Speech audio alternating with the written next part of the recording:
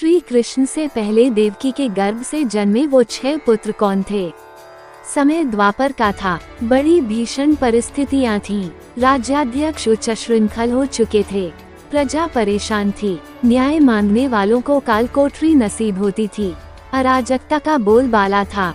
भोग विलास का आलम छाया हुआ था। उस समय मथुरा का राज्य कंस के हाथों में था।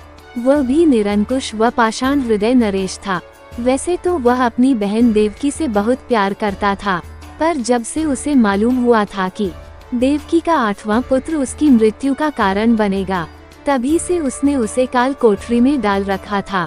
किसी भी तरह का खतरा मोल न लेने की इच्छा के कारण कंस ने देवकी के पहले 6 पुत्रों की भी हत्या कर दी। कौन थे वे अभागे शिशु?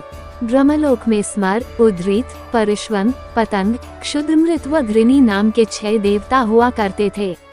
ये ब्रह्मा जी के कृपा पात्र थे। इन पर ब्रह्मा जी की कृपा और स्नेह दृष्टि सदा बनी रहती थी। वे इन 6 की छोटी मोटी बातों और गलतियों पर ध्यान न दे उन्हें नजरअंदाज कर देते थे। इसी कारण उन 6 में धीरे धीरे अपनी सफलता के कारण घमंड पनपने लग गया। ये अपने सामने किसी को कुछ नहीं समझने लग गए। ऐसे में ही एक दिन इन्होंने बात बात में ब्रह्मा जी का भी अनादर कर दिया। इससे ब्रह्मा जी ने क्रोधित हो इन्हें श्राप दे दिया कि तुम लोग पृथ्वी पर दैत्य वंश में जन्म लो। इससे उन 6 की अक्ल ठिकाने आ गई और वे बार बार ब्रह्मा जी से क्षमा याचना करने लगे। ब्रह्मा जी को भी इन पर दया आ गई और उन्होंने कहा कि जन्म तो तुम्हें दैत्य वंश में लेना ही पड़ेगा, पर तुम्हारा पूर्व ज्ञान बना रहेगा। समयानुसार उन 6 ने राक्षस राज हिरण्यकश्यप के घर जन्म लिया। उस जन्म में उन्होंने पूर्व जन्म का ज्ञान होने के कारण कोई गलत काम नहीं किया। सारा समय उन्होंने ब्रह्मा जी की तपस्या कर उन्हें प्रसन्न करने में ही बिताया। जिससे प्रसन्न हो ब्रह्मा जी ने उनसे वरदान मांगने को कहा। दैत्य योनि के प्रभाव से उन्होंने वैसा ही वर मांगा कि हमारी मौत न देवताओं के हाथों हो, न गंधर्वों के, नहीं हम हारी बीमारी से मरें। ब्रह्मा जी तथास्तु कहकर अंतर्ध्यान हो गए।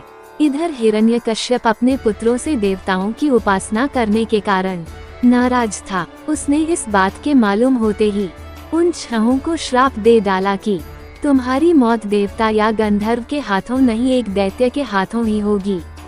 इसी शाप के वशीभूत उन्होंने देवकी के गर्भ से जन्म लिया और कंस के हाथों मारे गए और सुतल लोक में जगह पाए।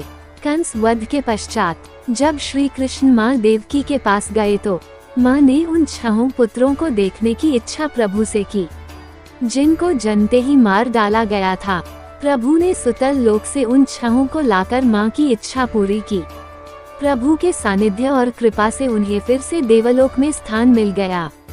तो दोस्तों, आपको हमारी ये जानकारी कैसी लगी?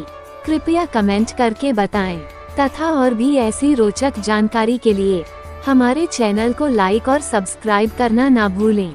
आपका बहुत बहुत धन्यवाद।